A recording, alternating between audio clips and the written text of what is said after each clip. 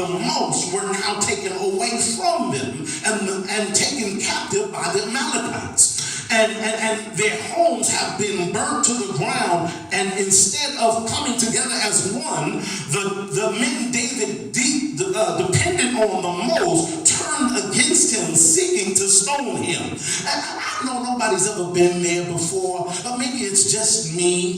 Maybe I'm just venting. But have you ever been in a situation where everybody is around you when you're doing good? Everybody is around you when you got money. Everybody is around you when you got a nice car. Everybody want to ride. Everybody's around you when you live in a nice house. Everybody want to party with you when you got it going on. But the minute times get tough, it seems like you can't find nobody around. It seems like it's just you and the dog. And it turns out that the dog don't even like you. The way you thought he liked you. Have you ever been? Maybe it's just me. See, I've been there when it feels like all hell turns loose in my life and I can't turn to anybody but some. So it gets to the point where I've got to learn how to encourage myself. But this is David we're talking about. This David now. They say, we're not talking about me. We're talking about David. Let's talk about David. No, not David. Because he was a man after God's own heart. Yeah. This couldn't happen to David. King David. The man that was anointed. The one that the oil fell over. Oh, he's so anointed. The problem is that because people are anointed, we think they don't go through. Because people are anointed, we don't think that they have a humanistic side to them. Because people are anointed, we think that they don't hurt. Because people are anointed, we think that they don't go through anything. But the devil is a liar. I don't care how anointed you are, you still bleed red just like I do. Yes. Huh? David. Anointed David. Yes. Hey, David. He's in a time of distress. This was an acute physical discomfort for David. He was in despair. He must have felt a sense of futility or defeat. And then he was in a time of disappointment. All he had accomplished has now become a defeated achievement. Get to the point where you've done so much for God. Yes. Get to the point where you've cast out demons. Get to the point where you've healed the sick. You've laid hands on people. Then you get to a point where you fall.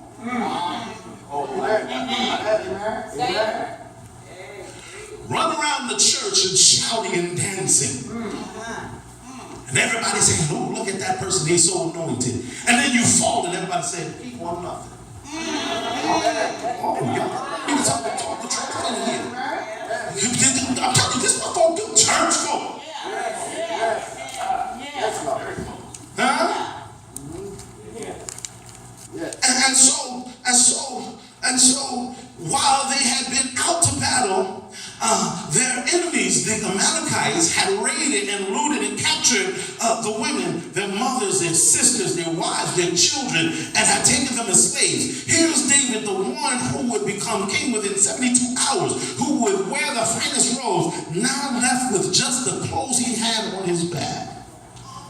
Because everything he had owned had been deliberately taken away from him, carried off by the raiders. His home was a mass of smoldering embers. David, his men were devastated and distressed by this tragedy. And then David and his people were with him and lifted up their voices and wept until they had no more power to weep. Have you ever been there? To where you cried to the point where you didn't have any tears left? Yes. You ever been there?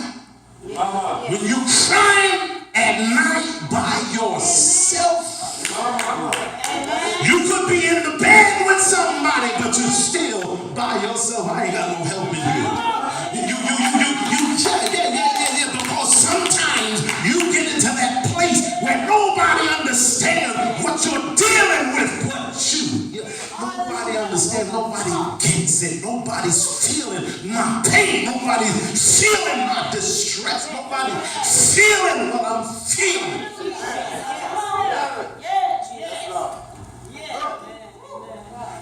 You can't even get an encouraging word from those that are closest. Come on. Say so. Come on. This is where David was.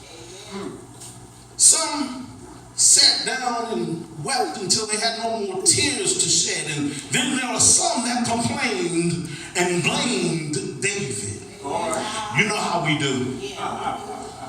Stuff don't go right. Amen. We look at the lead. When the church isn't flourishing, the first person we won't look at is the pastor. When the Bible said, the sheep begot sheep.